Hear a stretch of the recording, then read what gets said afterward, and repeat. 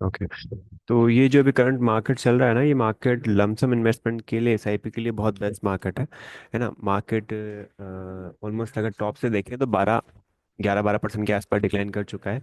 तो क्या होता है कि मार्केट को टाइम करना मुश्किल है। मार्केट को ऐसे तो हम टाइम तो कर सकते नहीं है कि आपका मन किया कि नहीं अब यहाँ से अब रिकवर होगा ही होगा, या फिर यहाँ से ऊपर जाएगा ही जाएगा, ये करना बहुत मुश्किल है। लाइक ना के बराबर कर सकते हो। तो हम क्या कर सकते हैं, ऐसे हिसाब से ये डिसाइड कर सकते हैं कि जब भी मार्केट 15% गिर जाए, या फिर अराउंड 15% गिर जाए, या फिर 20% के आसपास डिक्लाइन हो जाए, तो हम चुपचाप वहाँ पे लमसम अमाउंट तो इन्वेस्ट कर ही सकें, और एसआईपी जो एसआईपी होती है वो कंटिन्यू आप कर सकें। देखो, लॉन्ग टर्म वेल्थ क्रिएट करने के लिए, लॉन्ग टर्म वेल्थ अगर आप क्रिएट करना चाहते हो, तो सबसे सेफ आपके लिए जो है वो है आपकी एसआईपी। ठीक है, क्यों? क्योंकि यहाँ पे क्या है, एक तरीके से आपको धीरे धीरे धीरे धीरे आइडिया लगा रहे, मतलब पता नहीं चलता, धीरे धीरे आपका कैपिटल ग्रो होने लग जाता है। बहुत अच्छा खासा सिग्निफिकेंट अमाउंट हो सकता है एक सर्टेन टाइम के बाद, जब आप उसको कंपाउंड करने लगते हो। तो स्टॉक का क्या प्रॉब्लम है? स्टॉक का प्रॉब्लम ये है कि मान लो आपने स्टॉक में 1 लाख रुपीज़ के आसपास इन्वेस्टमेंट कर तो दिया अच्छे से। अब स्टॉक में कुछ ना कुछ प्रॉब्लम्स भी हो जाती है। अगर आपने अच्छे स्टॉक में इन्वेस्टमेंट करा है तो डेफिनेटली वो अच्छा ग्रो करेगा। बट वहाँ पे क्या है, एक सिंगल कंपनी ना, एक सिंगल कंपनी का ऐसा हो सकता है कि कभी क्वार्टर के रिजल्ट अच्छे नहीं आए, कोई मैनेजमेंट में कोई इश्यू हो गया, या कंपनी में कुछ ना कुछ इंटरनल चीज़ें खराब हो गई, तो स्टॉक में थोड़ी रिस्क ज़्यादा हो जाती है ना, रिस्क ज़्यादा हो जाती है यहाँ पे। या फिर आप जैसे स्टॉक्स में भी बहुत सारे ऐसे स्टॉक है जो बहुत सिग्निफिकेंट ग्रो कर रहे हैं, सेफ है ना। जैसे मैं अगर टायर कंपनी की बात करूँ, सीमेंट कंपनी की मैं बात करूँ, है ना, कोई ऐसा स्टॉक जो मतलब ऐसी कंपनी जो बिल्कुल कंज्यूमर ड्यूरेबल्स में आती हो, है ना, कंज्यूमर ड्यूरेबल्स में आती हो, ड्यूरेबल्स में आती है, क्योंकि कंजम्पशन की थीम को कर रहे हैं ना ये, कम से कम काउंटर। तो कंजम्पशन में अगर आएंगे तो कंजम्पशन तो इतना जल्दी रुकने वाला है नहीं। फार्मा, अब फार्मा का भी क्या है, अभी अभी फार्मा तो अच्छा चल रहा है अभी पिछले कुछ टाइम से, बट बीच बीच में इनके भी टाइम खराब आया जब यूएसए ने एफडीए लगा दिया। ठीक है, तो आप समझने की कोशिश करना कि जो इजीएस्ट वे है वो कौन सा हो गया, एसआईपी। अब वो कहाँ कहाँ आप कर सकते हो, लाइक जो बड़ी कंपनीज होती है, लार्ज कैप, है ना, इंडिया में भी कर लो, है ना। इसके अलावा बाहर वाली जो कंपनीज होती है वर्ल्ड की, उनमें भी करना चाहो तो नेस्डेक का मैंने बता ही रखा आपको, नेस्डेक में भी आप कर सकते हो, है ना। ये one of the safest investment होते हैं। आपको कैपिटल के साथ हमेशा इस चीज़ का ध्यान रखना है कि आपका कैपिटल है इंपॉर्टेंट, है ना, और उसकी वो एक एक लिमिटेड मात्रा में, वो ज़्यादा नहीं है। वो बहुत ज़्यादा बढ़ाना है तो उसको हम कैसे नहीं कैसे करके बढ़ाना ज़रूरी है। और इनिशियल फेज में जो अमाउंट होता है उसको कभी लूज़ नहीं करना, वो हमेशा आपके साथ में होना चाहिए। तो तो ऐसे और भी बहुत सारे कुछ ऐसे हैं सेक्टर्स जो बहुत ग्रो कर रहे हैं। जैसे अभी करंटली मैं बात करूँ, कौन कौन सेक्टर ज़्यादा ग्रो कर रहे हैं? सोलर पावर वाले। ठीक है, अब इसके रिगार्डिंग जितनी भी सोलर पावर में जितनी भी चीज़ें होती हैं इन्वॉल्व, वो सब चीज़ें इसको हेल्प करेगी आगे बढ़ने के लिए, तो वो भी ग्रो करेंगे। इसके अलावा हम देखे जाए तो वाटर वेस्ट मैनेजमेंट वाली थीम, है ना। आपको पता होगा कई सारे सिटीज़ में आज पानी की दिक्कत आ रही है, और कई जगह हार्ड वाटर है, कई जगह और भी बहुत सारी प्रॉब्लम्स है। तो वाटर वेस्ट मैनेजमेंट वाली, या फिर जो एसटीबी बनाती है, वो वाली कंपनीज जो होगी वो अच्छा खासा इसमें करेगी। कई सारे ब्रोकर बेस्ड बिजनेस जो होते हैं, ब्रोकर बेस्ड बिजनेस जो होते हैं, समझ रहे हो मेरी बात? ब्रोकर बेस्ड बिजनेस मतलब जैसे कि पॉलिसी बाजार हो गया, एंजल वन हो गया, इंडिया मार्ट है, इसके अलावा जोमेटो है, स्विगी है। तो ये जो ऐसे बिजनेस हो गए जो एक तरीके से मीडिएटर का काम कर रहे हैं, है ना, सेफ्टी है, कहीं ना कहीं सेफ्टी मिल रही है, तो ये एक नए जो एक नीश है, अलग से नीश है, जो इसको भी आप ध्यान रख सकते हो। तो जो कई सारे ऐसे सेक्टर है, डिफेंस है। डिफेंस आज से 3 साल 4 साल पहले कहाँ डिफेंस था? डिफेंस की सिर्फ एच एल, बीडीएल, बीएल हुआ करती थी। अभी आप देखिए पिछले 3 साल के अंदर डिफेंस के अंदर बहुत बड़ी बड़ी कंपनीज के आईपीओज भी आए, और मतलब बड़ी क्या स्मॉल कंपनी उनके आईपीओ भी आए, और वो भी एक सेक्टर बड़ा ग्रो कर रहा है। रेलवे भी ज़्यादा पुराना नहीं है। रेलवेज में भी आईआरसीटीसी का आईपीओ जब से आया उसके बाद से बहुत सारी चीज़ें आई, आरएससी आया, आरबीएनएल आया, इरकॉन वगैरह पुराना आया। तो कई सारे ऐसे सेक्टर आगे बढ़ रहे हैं। तो आपको थोड़ा सा मार्केट में कॉमन सेंस और थोड़ा सा बेसिक आइडिया लगाते हुए चीज़ों को ऐसे इन्वेस्ट करना है। तो अब यहाँ पे जो स्टॉक हो गए, आपको लगता है कि हाँ ये स्टॉक अच्छे हैं, इन स्टॉक्स में अभी ये पूरे सेक्टर बता दिए मैंने तो ऐसे तो, पर ऐसे स्टॉक हैं जो आपको लगता है कि फ्यूचर में अच्छा ग्रो कर सकते हो, तो आप स्टॉक के स्पेसिफिक भी जा सकते हो। बट क्या आप बहुत लमसम अमाउंट यहाँ पे लेके जा सकते हो कि नहीं? लमसम अमाउंट आप कहाँ कर सकते हो? एसआईपी, है ना। SIP will work as a cash cow, है ना। एक तरीके से पैसा यहाँ पे पड़ा हुआ है, एक बिजनेस की तरह आप देख रहे हो, फिर आपको लगा कि नहीं अच्छा इस वाले पर्टिकुलर सेक्टर से इस वाले सेक्टर में आप अच्छी ग्रोथ आ सकती है, तो मैं कुछ अमाउंट यहाँ से निकाल के मैंने यहाँ डाल दिया, कुछ अमाउंट यहाँ से निकाल के मैंने यहाँ डाल दिया, कुछ अमाउंट यहाँ से निकाल के यहाँ डाल दिया। तो उससे क्या होगा कि आपका एक कैपिटल का एलोकेशन प्रॉपर हो पाएगा। अदरवाइज क्या होता है कि हम सोचते रह जाते हैं कि अब मौका मिलेगा तब करेंगे, मौका कभी नहीं मिलेगा। आपको कभी नहीं समझ में आएगा कि कब मुझे एसआईपी करनी चाहिए, कब क्या करना चाहिए। मार्केट में ग्रोथ हमको स्टैग्नेंट रखनी है, एक मतलब प्रॉपर कांस्टेंट रखनी है, तो उस हिसाब से फिर हमको अपने जो व्यूज़ होते हैं, अपने जो अलग जो माइंडसेट, मेंटल माइंडसेट, जो प्रॉब्लम्स होती है कि हाँ मुझे लगता है ऐसा होगा, मुझे लगता है वैसा, उस लगते हैं को हटाना पड़ेगा, और वहाँ पे आपको अपने सिस्टम के अकॉर्डिंगली, अपने डिसिप्लिन के अकॉर्डिंग जाना पड़ेगा। डिसिप्लिन होता है ना वहाँ पे कैश एक तरीके से वेल्थ क्रिएट हो पाता है। एक सिस्टम जहाँ पे होता है वहाँ पे वेल्थ क्रिएट होता है। आपने देखा होगा कंपनीज होती है, जो फैक्ट्रीज होती है, वो एक सिस्टम पे काम करती है, यानी एक प्रॉपर सिस्टम के बेसिस पे काम कर सकते हैं वो। कोई भी ऐसी बड़ी इंडस्ट्री होती है सिस्टम के बेसिस पे काम, अगर सिस्टम नहीं होगा, एक प्रॉपर स्ट्रक्चर नहीं होगा, तो स्ट्रक्चर को फिर प्रॉब्लम बहुत आती है, मतलब वो एक सस्टेनेबल नहीं हो पाएगा। तो यहाँ पर हम इस चीज़ को समझने की कोशिश करें, तो उसी के रिगार्डिंग मैंने आपके सामने एक चार्ट खोला, मैं चार्ट को समझाने की कोशिश करता हूँ। देखिए, अगर हम यहाँ पे निफ्टी की बात कर रहे हैं, निफ्टी में अगर हम स्टार्टिंग से अगर इन्वेस्टमेंट करते आए, तो इससे बहुत सारे इवेंट आए, है ना। मार्केट में से कई सारे इवेंट आए, जब मार्केट में काफी गिरा हुआ है। 2008 का क्राइसिस था, 2001 का क्राइसिस हुआ, फिर 1982 के आसपास हुआ, स्कैम भी आते रहे बीच बीच में, है ना, डिमोनेटाइजेशन वगैरह भी आया। फिर उसके बाद कोविड के फॉल, सबको ही पता है कोविड कितना बड़ा फॉल था। तो ये चीज़ है। तो जब भी मार्केट में हमको एक करेक्शन दिखाई देता है 20%, 25%, 30%, तो हम आंखें बंद करके वहां पर एक तरह से इन्वेस्टमेंट स्टार्ट कर देते हैं। This is the right time to put money into the market. ठीक है, लमसम अमाउंट कर सकते हो, जो भी कर सकते हो, और स्टॉक के स्पेसिफिक भी जाना चाहते हो तो वो भी आप कर सकते हो, क्योंकि स्टॉक स्पेसिफिक भी कई बार लोगों को लगता है कि वो हम कर सकते हैं। ठीक है। अब बात यहाँ पे आती है कि जब मैंने कहा ना कि स्टॉक में हम क्यों नहीं कर पाते, बिकॉज स्टॉक में इसलिए नहीं कर पाते क्योंकि जब स्टॉक 100 रुपये का 200, 300, 400, 500, 1000 रुपये हो जाता है ना, तो हम सोचते हैं कि बहुत हो गया, अब तो अब नहीं बढ़ेगा, अब चल निकालो। और अमाउंट कितना डालते हैं, अगर किसी के पास है तो वो 1 लाख 2 लाख डाल देगा, पर इससे ज़्यादा तो डालेगा नहीं, पर्टिकुलर सिंगल स्टॉक में। और वो करना भी है, वो करते भी है, तो वो एक खुद की उस पर करते हैं, लाइक आपका खुद का स्टडी होता है ना। बोरोड कन्विक्शन के ऊपर वेल्थ नहीं क्रिएट होता, बोरोड कन्विक्शन के ऊपर वेल्थ क्रिएट करने का एक सिंपल सा तरीका होता है एसआईपी, जहाँ पे आपका अगर एसआईपी का अमाउंट 3 करोड़, 4 करोड़, 5 करोड़ भी हो जाएगा ना, तो फिर आप सेफली माइंडसेट रखते हुए काम कर पाओगे। आप ये नहीं सोचोगे कि अब क्या करें, क्या ना करें, क्या ना करें, ऐसे। सेम बहुत सारे और भी ऐसे क्लास है जहाँ पे अपन ये बड़ा एक अमाउंट देखते हुए देखकर थोड़ा टाइम के लिए होल्ड कर सकते हो, और उसको वहाँ ग्रो कर सकते हो, क्योंकि यहाँ पे जो ग्रोथ है, अमाउंट ऑफ, यहाँ अगर हम देखें तो 12 से 15% के आसपास तो ग्रोथ हमको मिल ही जाती है। और अमाउंट आपका कहाँ जा रहा है, इंडियन इकोनॉमी में ही यहाँ पे इन्वेस्टमेंट वगैरह हो रहा है। तो चलो, ये तो मैंने एक बेसिक डिस्कशन वगैरह कर लिया इसके बारे में। अब यहाँ पे अगर मैं देखिए निफ्टी में, तो निफ्टी में कोई ट्रेड वगैरह नहीं बनाया अभी मॉर्निंग में, अच्छा खासा रिकवरी आई तो ज़रूर हमने ऑप्शंस में एक दिया हुआ है, तो वो ज़रूर मिल गया है।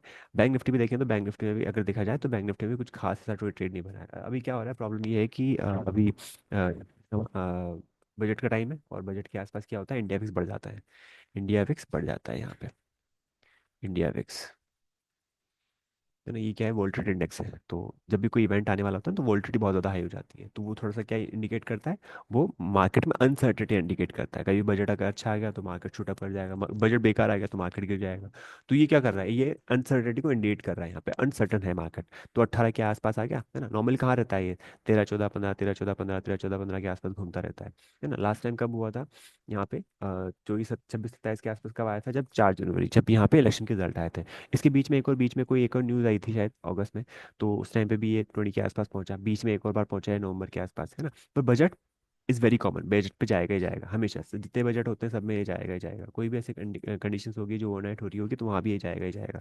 अब आप यहाँ पे देखो, एक दिन के अंदर कितना शूटअप कर गया था, 42% के आसपास, 1 घंटे के अंदर शूटअप कर दिया। 5 अगस्त को क्या था मुझे एक तरीके से ध्यान नहीं आ रहा, तो आप समझ सकते हो कि यहाँ कोई ना कोई ऐसी घटना घटी होगी उसकी वजह से। अब यहाँ पे देखो कंटिन्यूसली बढ़ते जा रहा है, बढ़ते जा रहा है, तो ऐसे केस में आप क्या करोगे, ऐसे केस में आपको ऑप्शन बाइंग नहीं करनी है, आपको ऑप्शन को बाइंग को अवॉइड करना है। रीज़न क्या होगा, ऑप्शन बाई आप करोगे तो उनके जो प्रीमियम है ना, वो ऑलरेडी बहुत ज़्यादा बड़े होंगे, है ना। और मान लो अगर आपने बजट के आसपास अगर कुछ भी गलती करी, यहाँ पे क्या है, थोड़ी बहुत भी अगर गलती हो गई या फिर आपके अगेंस्ट जाने लगा, तो वो जो बड़ा प्रीमियम आपने बाई किया है ना, वो प्रीमियम आपका जीरो हो जाएगा, तो आपको लॉस होने के चांस ज़्यादा होते हैं यहाँ पे।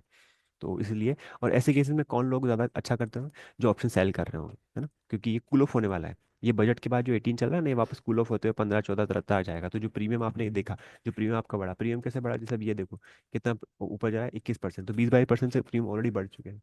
जब ये वापस सेटल होगा तो ये 20 22% से वापस गिरेगा, तो प्रीमियम वापस नीचे आ जाएगा। तो इस चीज़ को लेकर आपको थोड़ा सा कंफर्टेबल होना पड़ेगा, ठीक। बैंक निफ्टी निफ्टी का हो गया, मिड कैप वगैरह मैंने आपको बता दिया है, मतलब कुछ खास है नहीं वहाँ पे। गोल्ड सिल्वर में देखें तो गोल्ड सिल्वर का आप समझ सकते हो कि मेरा जो व्यू था, ब्रॉडर व्यू तो लॉन्ग ही चल रहा है, पर क्या होता है कि कई बार ट्रेड मिलते नहीं है, बनते नहीं है, और हम अगर कोशिश करें तो वहाँ पे स्टक होने के चांस बन जाते हैं, है ना। बट अगर आप सिस्टमेटिक चीज़ें चीज़ें कर रहे हो, सिस्टमेटिक तरीके से अप्रोच रख रहे हो ना अपने आपको कोई प्रॉब्लम नहीं आने वाली यहाँ पे, आप देख लो, है ना। चीज़ें मतलब जो मैंने आपको बता रखी है वो सारी बैक टेस्टेड चीज़ें हैं। ये ज़रूर है कि कभी कभी प्रॉब्लम आती है ना, ये ज़रूर है कि कभी कभी प्रॉब्लम आती है, पर ये बैक टेस्टेड चीज़ है। जो बैक टेस्टेड होती है वहाँ पे क्या है, आपको ट्रस्ट करते हुए उसके ऊपर बेसिस पे एक खुद से भी अप्रोच रख के काम करना चाहिए, ज़्यादा बेटर हो जाएगा। ये 5-15 मिनट का आप 5 चार्ट देखोगे तो 15 मिनट के चार्ट में भी अच्छा खासा ट्रेड बना था ऑलरेडी। दिया था बहुत पहले था मैंने, पर वो ऐसे लेकर वापस ऊपर चला गया। तो ये चीज़ें लेकर कंफर्टेबल होना जरूरी है। और मैंने एक चीज़ आपको बेसिक समझा रखी है कि gold silver are the assets जिसमें वो काफ़ी बड़ा बड़ा ट्रेड होता है, बहुत ज़्यादा ट्रेड होता है ना, तो इसको इजीली इजीली मैनिपुलेट नहीं कर सकते हम, है ना। ऐसा थोड़ी है कि ये निफ्टी है जो निफ्टी को ऊपर नीचे कर दिया है, ऐसा नहीं होता है। बहुत इजीली मैनिपुलेटिव नहीं होती है यहाँ पे। तो आपको सिर्फ ट्रेंड को फॉलो करते हुए काम करना है। ट्रेंड अगर आपको फॉलो करने आ गया है तो बहुत अच्छा बात है। क्रूड हम देखें तो क्रूड में भी कल एक ट्रेड दिया था, वो भी कुछ खास सेट हुआ नहीं। लॉन्ग भी बना, लॉन्ग भी गया, ऑलरेडी मुझे बहुत अर्ली टाइम पे देना चाहिए था, और लॉन्ग बना ऊपर तक गया 64-38 के आसपास, वापस जब गिरा भी सही तो उसके बाद 63-83 के एसएल खाने के बाद वापस नीचे भी गया। तो अगर आप ब्रॉडर चार्ट देखेंगे तो ब्रॉडर चार्ट तो सही दे रहा है, तो आपको उसके अकॉर्डिंगली अपनी अप्रोच रखनी चाहिए। जिनकी बात करूँ तो काफ़ी शार्प फॉल दिख चुका है, जो कि बहुत लग रहा था, मुझे लगता होना था। अगर आप इसका कॉमेक्स का चार्ट अगर देखेंगे, अगर इसे कॉमेक्स का चार्ट देखेंगे तो ये बहुत इंपॉर्टेंट लेवल पे अभी यहाँ पर मिल रहा है। जैसे अगर आप इसको कॉमेक्स चार्ट देखें यहाँ पे, तो कॉमिक्स में आप देख सकते हो, कॉमिक्स में बहुत इंपॉर्टेंट लेवल है ये, राइट। ये इंपॉर्टेंट लेवल है। तो देर हाई चांसेस कि वापस से रिकवरी देते हैं, बट फिर भी एंट्री मिलती है तो लेना, अदरवाइज अवॉइड करना। ऐसा सिनारियो बन सकता है अभी करंटली कुछ सिचुएशन के लिए। तो ये है इसमें। और बाकी एनजी अगर देखा जाए तो एनजी में नेक्स्ट नेक्स्ट एक्सपायरी स्टार्ट हुई है, तो नेक्स्ट एक्सपायरी स्टार्ट होती है तो वो ऐसे ही दिखता है चार्ट, इसलिए आपको दिख रहा होगा 12% डिक्लाइन में, ऐसा कुछ नहीं है। अगर आप नेक्स्ट एक्सपायरी वाला अगर ये इंडेक्स खोलोगे तो आपको दिखाई देगा क्लियरली कि फॉल था और फॉल अच्छा गिरा, कल भी अच्छा मिला, पर अब एक बार मिस हो गई ना एंट्री, तो प्रॉपरली एंट्री लेने में फिर मुझे थोड़ी देर की स्टार्ट होती है। आप देख सकते हो यहाँ पे मैंने ट्रेंड लाइन लगा रखी है, सिमिलर ट्रेंड लाइन मैंने कॉमिक्स में भी लगा रखी है। कॉमिक्स अगर देखोगे तो कॉमिक्स थोड़ा प्रॉपरली समझ समझ पाओगे ये कॉमिक्स में मैं क्या समझाना चाह रहा हूँ आपको। ये देख सकते हो, ये मैं हटा रहा हूँ एक बार के लिए, और मैं फिर से आपके सामने बना रहा हूँ ये लाइन। तो एक बार आप नोटिस करना है इसको, ये लिया हमने और ये लिया। अपने ग्रुप पे बहुत सारी चीज़ें अवेलेबल है, तो आप और शेयर भी कर सकते हो अपने व्यूज़ वगैरह। तो देर आर हाई चांसेस कि ये हो सकता है यहाँ से गिरते गिरते गिरते गिरते गिरते यहाँ पे एक बार ले, और भी गिरते गिरते गिरते गिरते यहाँ पे ले। तो एनीथिंग कुड बी पॉसिबल। तो मतलब उस हिसाब से उतना बड़ा सोचना मैं ज़्यादा मैटर करता है, क्योंकि अगर आप इसको देखेंगे, अगर आप इस चीज़ को देखेंगे तो आप इसको ब्रॉडर चार्ट अगर स्टडी करोगे ना, तो नेचुरल केस में आपको पता चलेगा कि ब्रॉडर चार्ट में क्या होता है, क्या रहती है इसकी चाल ना, क्या रहती है इसकी चाल, आपको पता चलेगा इसकी। तो कुछ भी एनीथिंग कुड बी पॉसिबल हो सकता है, इसलिए स्टक नहीं होना है ना, ऐसे ऐसे क्लासेस में स्टक नहीं होना है। स्टक हो गए तो 2-3 महीने गई फिर छुट्टी। 2-3 महीने फिर आप बैठ के वेट करते रहो कि कब प्राइस आएगा, कब प्राइस आएगा। तो ये थोड़ा ध्यान रखते हुए काम करने की ज़रूरत है यहाँ पे, इसलिए विदाउट स्टॉप लॉस कुछ नहीं करना है ना। अगर आप स्टॉप लॉस के साथ काम करते हो, स्टॉप लॉस के साथ आप कंफर्टेबल हो, तो फिर आपको बहुत अच्छा खासा रिवॉर्ड ही मिलता है इसमें। कॉपर 822 के आसपास आ चुका है, मतलब कॉपर में भी अच्छा खासा फॉल यहाँ पे कंटिन्यू हो सकता है, क्योंकि एक अच्छे लेवल्स को ब्रेक कर चुका है ये, है ना। ये अच्छे लेवल को ब्रेक कर चुका है, तो अब नाउ फॉल थोड़ा ज़्यादा हो सकता है यहाँ पे। तो ये जैसे हम यहाँ पे लगाए लाइन से बहुत ज़्यादा लगा रखी है, तो देख सकते हो यहाँ पे भी एक अच्छा खासा मोमेंटम डाउन साइड मिल सकता है, बट थोड़ा सा स्टॉप लॉस बड़ा होता है और यहाँ पे क्वांटिटी बड़ी लगती है, तो हर कोई नहीं कर पाएगा इसको, ठीक है। अ, इसके अलावा देखिए स्टॉक्स को, तो स्टॉक्स तो बहुत सारे ऐसे हैं जो एंट्री दे रहे हैं, बट थोड़ा सा मार्केट को की चीज़ें सुधरे, मार्केट ठीक से सही तैयार हो तो ज़्यादा बेटर हो पाएगा, अदरवाइज हम बस वेट ही करते रह जाएंगे यहाँ पे, है ना। वापस दोबारा प्राइस कब आएगा हमारा, ऐसा सोचते हुए। तो ऐसा है। बाकी बजट में रेलवेज पे नज़र हो सकती है, डिफेंस पे नज़र हो सकती है, होती है। शुगर पे हो सकता है, क्योंकि शुगर का क्या है कि आपको पता होगा, जो एथेनॉल वगैरह होता है वो मिक्स होता है पेट्रोल के अंदर, है ना। 10% के आसपास या 15% के आसपास कुछ टाइम है जो गवर्नमेंट ने क्या रखा है कि इतना तो आपको मिक्स करना ही करना है। अब हो सकता है वो गवर्नमेंट और उसको थोड़ा बढ़ा दे। अब एथेनॉल बनता कैसे है, शुगर से। तो अगर एथेनॉल को मिक्स होता है या पेट्रोल को हम सब्स्टिट्यूट बना रहे हैं, कम से कम कहीं ना कहीं बना रहे हैं हम एथेनॉल को और ऐड करने की कोशिश कर रहे हैं, तो अगर हम ऐसा करने की कोशिश कर रहे हैं तो उससे क्या बेनिफिट होगा, शुगर कंपनीज जो है उनको बेटर बेनिफिट होगा। तो शुगर कंपनीज आप देख सकते हो, शुगर कंपनीज आज अच्छा चल रही है, 4-5-6% के आसपास है पूरा ओवरऑल सेक्टर है। तो ऐसा ही। एक आईएक्स का स्ट्रक्चर बड़ा अच्छा लग रहा है मुझे। आईएक्स का स्ट्रक्चर अगर आप देखोगे तो आईएक्स के स्ट्रक्चर में आपने चीज़ें क्लियरली देखी होगी कि ये देखिए, मैंने ट्रेंड लाइन लगा रखी है यहाँ पे। इंडियन एनर्जी एक्सचेंज बहुत अच्छी कंपनी है, ये भी बहुत बॉटम से रिकवर हो रही है। तो if if anybody wants to है ना, कुछ भी करना चाहें तो आप सही टाइम है, मतलब एक तरीके से डिविडेंड भी आने वाला है कुछ टाइम के लिए, तो कई लोग तो डिविडेंड के लिए भी एंट्री ले लेते हैं। एक एक पर 1 रुपये का ही डिविडेंड है, 1.55 का डिविडेंड है, तो कोई बड़ी चीज़ नहीं है, बट ट्रेंड अप साइड में ही है, तो ये है ना, anyone anyone can consider this. बाकी और भी बहुत सारी कंपनीज है इस पर हम बात कर सकते हैं, बट रहने देते हैं, क्योंकि एंट्री एग्जिट थोड़ा सा महंगा पड़ जाएगा अभी, अगर सही टाइम पे एंट्री ली, सही टाइम पे एग्जिट नहीं किया तो। ऐसे ही वीएटेक वाबा करके होगा, ये वाटर वेस्ट मैनेजमेंट वाली कंपनीज है, तो हो सकता है इन पे भी कुछ ना कुछ बात हो जाए, है ना। और बहुत अच्छे लेवल पर है मार्केट अभी, है ना, एक ऐसे लेवल पर मार्केट है जहाँ से बहुत अच्छे खासी रिकवरी आने के चांस बनते हैं। तो यू शुड बी ऑलवेज भी थोड़ा सा ध्यान रखते हुए कि अच्छा मौका मिलता है तो छोड़ना नहीं। जैसे हैमर देख सकते हो, डेली चार्ट में हैमर बना हुआ है। अभी आप चार्ट देखना स्टार्ट करोगे तो आपको चार्ट बहुत अच्छे अच्छे चार्ट दिखाई देंगे। यहाँ पे देखिए हैमर बन रहा है, बहुत अच्छे लेवल से रिकवरी लेने की कोशिश कर रहा है इंडिया करके कंपनी जो है। तो है ना, हर 4-6 महीने, 4-6 महीने का ही मैक्सिमम अगर आप देखोगे तो अभी तक का जो मैक्सिमम बेयर मार्केट रहा है वो 1-1.5 साल के आसपास का रहा है। मतलब 1-1.5 साल तक ही मार्केट मार्केट गिरता रहा, गिरता रहा, गिरता रहा, गिरता रहा, गिरता रहा, उसके बाद वापस रिकवरी आई है ना। तो अगर आप पूरे मार्केट को स्टडी करोगे अब तक, सिर्फ और सिर्फ अगर मैं बात करूँ नेस्डेक की, तो नेस्डेक में ऑफकोर्स ऐसा हुआ है कि बहुत टाइम लगा है उसको, क्योंकि बबल बस्ट वगैरह हुआ था। और इसके अलावा जो वर्ल्ड वॉर टू के आसपास जो सिचुएशन थी वो भी कुछ ऐसी थी, तो उसमें बहुत टाइम तक मार्केट स्टक रहा। ऐसे ही 1980 से 90s, 1975 70 85 के आसपास जो यूएस मार्केट था वो भी कुछ ऐसी ही चीज़ों से गुजरा। तो वो बहुत एक्सेप्शनल केसेस थे। अपने कोविड को ही हमने एक तरीके से पार कर लिया है, तो मतलब मुझे लगता नहीं कोई ऐसी चीज़ घटना घटेगी जो कि मार्केट को थोड़ा लंबे टाइम तक मार्केट में थोड़ा वीक रहेगा। तो इस चीज़ को हमको ध्यान रखते हुए समझना है, चीज़ जाननी है ना। तो आप समझ सकते हो। इसके अलावा बहुत सारे और भी स्टॉक है जो आपको थोड़ा मिल जाएंगे अच्छे लेवल पर।